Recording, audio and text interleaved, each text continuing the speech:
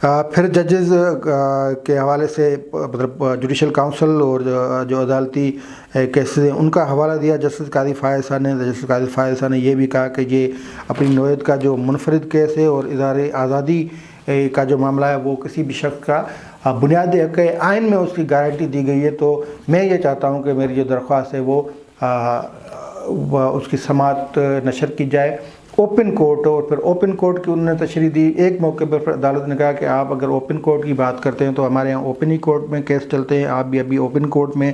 اگر آپ judicial council کی بات کرتے ہیں تو پھر وہ الگ بات ہے, جس پہ جسٹس قاضی فائز صاحب نے کہا کہ نہیں, میں اوپن کورٹ کی بات کرتا ہوں اور اوپن کورٹ کا یہی ہوگا کہ اس کارروائی کو نشریات اس کی جو ہے وہ چلے, ڈائریکٹ چلے, براہ راست چلے مختلف ٹی وی چینلز پہ.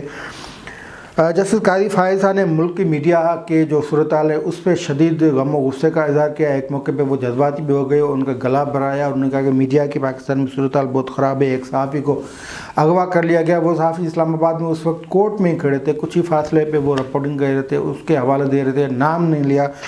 اور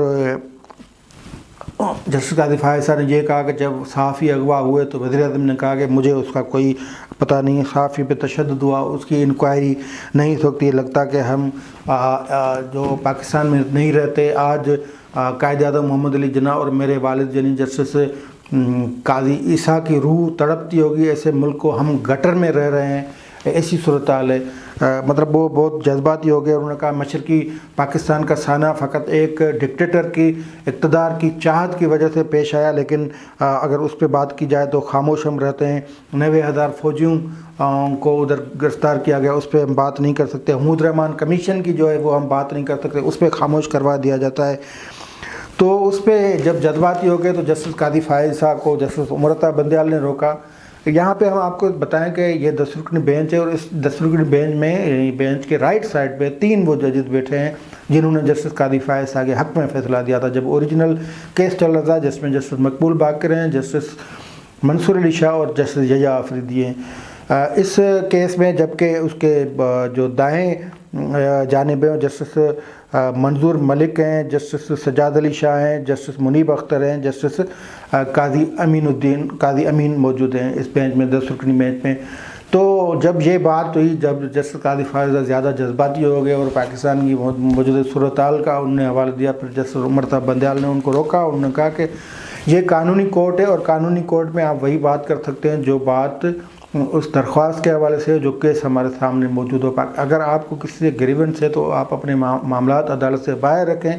اگر آپ چاہتے ہیں کسی معاملے کی انکوائری ہو یا کسی کوئی معاملہ اور ہوا تو ہمارے سامنے باضابطہ طور پہ کیس لائیں, ورنہ یہ عدالت ان معاملات کو دیکھے گی جو آپ نے اس کے سامنے رکھے ہیں, جو اٹھائے ہیں, جس پہ جسٹس قاضی فائز صاحب نے معذرت کی, نہ فقط ایک مرتبہ لیکن 3-4 مرتبہ عدالت سے اپنے الفاظ پہ معذرت کی.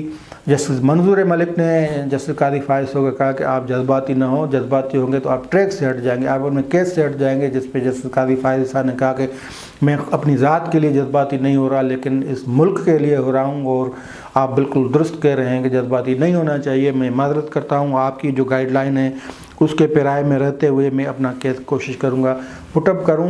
اور اس کے بعد جسٹس قاضی فائز اپنی درخواست پہ آئے اور انہوں نے میڈیا کے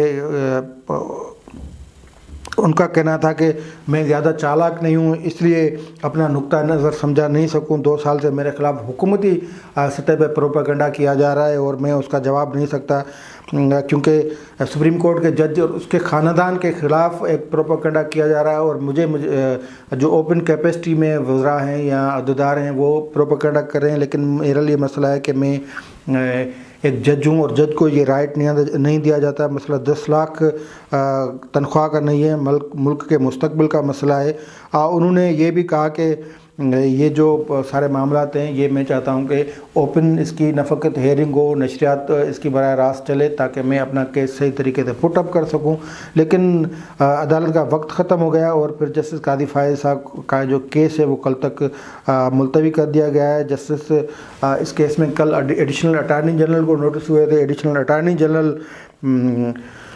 نے کہا ہے کہ مجھے صرف نوٹس لینے کی ہدایت ملی ہے. حیرت ہے جس پہ جسٹس منصور علی خان نے کہا کہ حیرت ہے آپ اب تک تو تعین نہیں کر سکے کہ وفاق کا وکیل جو اس میں کیس میں کون ہوگا، کہ جس پہ ایڈیشنل اٹارنی جنرل کا کیس مقرر ہوا تو وزیر قانون اور اٹارنی جنرل دونوں ہی موجود نہیں تھے، اس لیے مجھے اس کیس کے حوالے سے کوئی خاص ہدایت نہیں ملی. یعنی وفاقی حکومت کا یہ عالم ہے کہ وفاقی حکومت نے اس نظر ثانی پٹیشن پہ جو نوٹس جاری ہوا اس پہ ابھی تک کوئی وکیل ہائر نہیں کیا، انگیج نہیں کیا، کیونکہ یہ کیس تو لڑے تھے قانون والے وزیر فروغ نسیم، جنہوں نے تیسری مرتبہ یہ قانون کا قلم دن چھوڑ کے سپریم کورٹ میں وہ پیش ہوئے، پھر پورا کیس بلٹ اپ کیا، کیس لڑا اور کسی حد تک وہ اس میں کامیاب بھی ہوئے، لیکن پھر انہوں نے جا کے قلم دان سنبھال لیا قانون وزارت کا، اور پھر قانون وزارت کا قلم دان سنبھالتے ہوئے ان پہ قدغن ہے کہ وہ کیس نہیں لڑ سکتے. فلحال ایڈیشنل اٹارنی جنرل نے یہ جواب دیا اور پھر کل تک یہ سماعت ملتوی ہوئے. کل دیکھیں گے وفاقی حکومت کی طرف سے کون پیش ہوتا ہے. فروغ نسیم کو اگر پیش ہونا ہوا تو پھر ان کو قلم دان چھوڑنا پڑے گا. اگر کوئی اور وکیل ہائر کیا جاتا ہے تو اسے بھی دیکھنا پڑے گا، کیونکہ عدالت نے ایک تو منیر ملک کی طرح جسٹس قاضی فائز صاحب کو خود اجازت دے دی دلائل کی. یہاں پہ یہ صدارتی ریفرنس رہا تو صدر پاکستان تو دلیل نہیں دے سکتے، لیکن لازمی بات ہے کہ وفاق کی طرف سے کوئی وکیل آ جائے گا. اس میں کل پھر سماعت ہوگی، کل پھر ہم آپ کو اس ساری صورتحال پہ آگاہ کریں گے. آج کے لیے اتنا ہی، دیجیے اجازت. اللہ حافظ.